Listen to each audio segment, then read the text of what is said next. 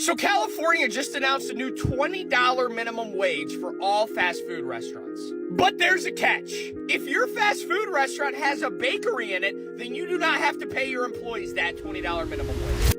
Get into the numbers. So my total gross was $2,107.87. My taxes were $394.14. My deductions were $206.02. So I got to take home $1,507. If you work in fast food, you don't deserve $20 an hour. So I have decided to leave the security field, you guys. This field, this doesn't pay enough. $20 an hour, but requiring that you have a master's degree or PhD. The girl that had my job before I came along, guess how much she was making? $20,000.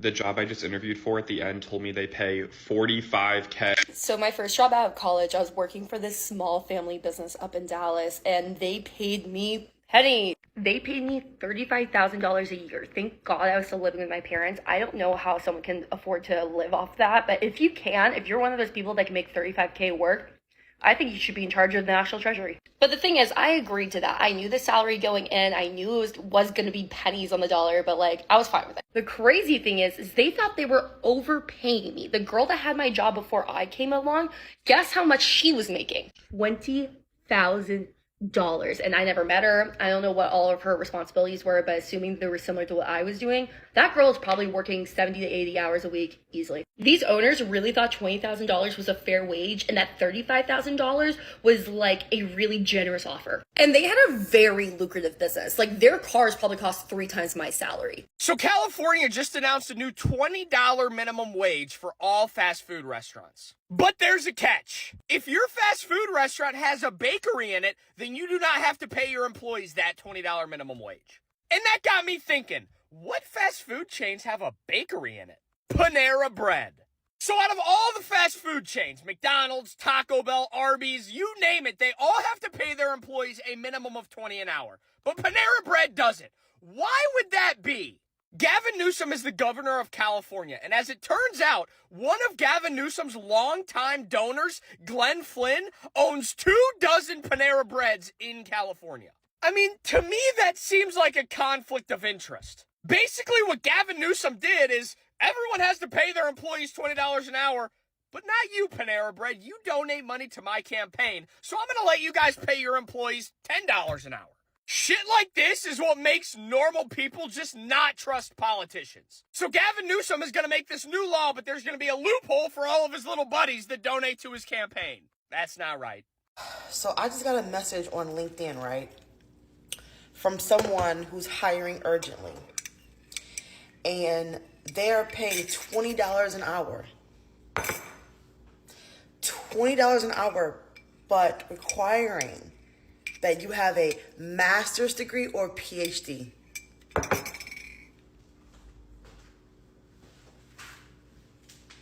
How much does a registered nurse make? It's payday and I am a new grad registered nurse. Let's look at this paycheck. For my little spiel, my specialty is psych and I work in Connecticut and I make $36.08 an hour. So I work day shift and there's no shift differential associated with that. The only differential I get is an extra $5 an hour on the weekends and I work every other weekend. So I work 32 hours a week and that is 64 hours in a pay period because I get paid bi-weekly, which is every other week. But this pay period, I only work 56 hours and 11 minutes because I was calling out sick. Enough talking, let's get into the numbers. So my total gross was $2,107.87. My taxes were $394.14. My deductions were $206.02. So I got to take home $1,507.71. So this is my lowest paycheck yet as a registered nurse. So this is with 56 hours for the pay period. I'm honestly not mad at it, but see my next video how I budget this. If y'all like pay transparency too, please comment down below how much you make, what specialty you're in, and where you're from. Follow for more and follow my Instagram. If you work in fast food, you don't deserve $20 an hour. Good morning. This man is accidentally correct. They actually deserve a lot more than that. It really blows my mind that in the year of Odin 2024, we are still having this stupid fucking argument about minimum wage and whether or not people deserve to be paid enough to actually survive. I genuinely do not care what you do for work. If you have a job, you should be paid enough to pay your bills, afford food, and have a little bit left over for fun. If you disagree with what I just said, then you are admitting that our current system cannot function without people being kept in poverty. And this guy goes on to talk about how minimum wage jobs are supposed to be starter jobs for 16, 17-year-olds. But if that was the case, places like your local grocery store or your fast food restaurants would only be open from like 4 to 10 on weekdays. You cannot run a business on those hours. They need people to work there while kids are in fucking school. As far as the tired argument goes about getting a better job, bro, have you seen the job market lately? I would call it a joke, but jokes are funny. Every single day I scroll on this app, I see more and more stories of people who've been unemployed for months, despite having filled out hundreds of applications for jobs that they are qualified for. It's not the 1970s anymore. The days of people being able to get good paying jobs with pensions off of a firm handshake are fucking over.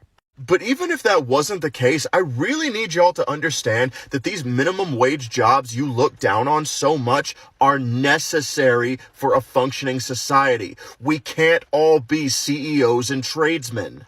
If every single fast food worker in America quit right now and decided to go into the trades, one of two things would happen. Either number one, the trades would become extremely oversaturated and pay and benefits would fucking plummet for them. Or number two, 90% of these people wouldn't be able to find any jobs because there are nowhere near as many openings for trades as there are for minimum wage. And they'd end up right back in the exact same situation they were in, plus a little added extra debt from trade school. And before someone asks, no, I am not at all implying that someone who works at McDonald's should make the same as a doctor. I'm saying that someone who works minimum wage should make enough to pay their bills. A doctor or anyone who needs to have some sort of specialized skill set should make significantly more than that. If you are one of those people who likes to tote around the saying of, I worked hard for everything I have, I agree. And I think you deserve even more than what you've gotten because most likely your boss has been fucking holding out on you. Did your mom make it out?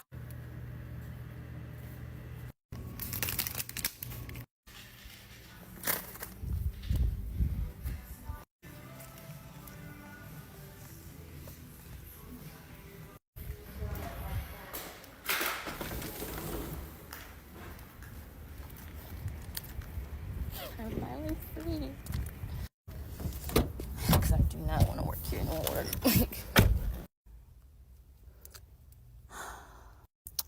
It's time. Don't mind my nails, bro. I'm going to get them done. But, yeah. So I have decided to leave the security field, you guys. This doesn't pay enough. I'm out here working 40 hours a week and I'm still not able to afford my own apartment. After taxes, I'm making $15 an hour and it's just not enough, you guys. I'm tired. I'm tired of struggling with this job. And even if I did ask for a raise, I would need them to give me a raise of like $6 to $7 per hour. And I know they're not going to do that. So I'm just going to give this job another year. I'm really going to stack my money. I'm going to try to get a car. And I'm going to go back to school. I'm going to go back to school for a skilled trade, HVAC, plumbing, electrical. I'm going to do something like that because security is great, but it's just... I'm not making enough, you guys. I am slowly going into my mid-30s, and I'll be damned if I'm about to be 35, 34, 35, 36 years old, and I'm not even making $20 an hour. Like, come on now. So, yeah, I'm going to give this job another year, and then I'm out. Another thing I don't understand is if you grew up low income or first generation, why did you pick a major that's not going to guarantee you an income post-grad? At the end of the day, after you graduate, someone's going to have to pay off those student loans. It makes no sense to put yourself into tens of thousands of dollars of debt just to not be able to pay it off when you graduate. I understand the follow your dream rhetoric because people do deserve jobs that make them happy. Sometimes that's not the reality. I don't dream of working, but at the end of the day, I'm gonna have to do it anyway. Exactly why people end up with jobs that don't even correlate with the degree. If you feel like you fall somewhere in that category, you need to make sure that the school that you're going to is correlated with your major. Why are you an arts major going to a school that focuses on science? When you go to a school that's specific to your major, there's way more networking, extracurricular activities, and clubs that can help you out on your resume. It's really just not a wise financial decision, and at the end of the day, you do have to pick wisely.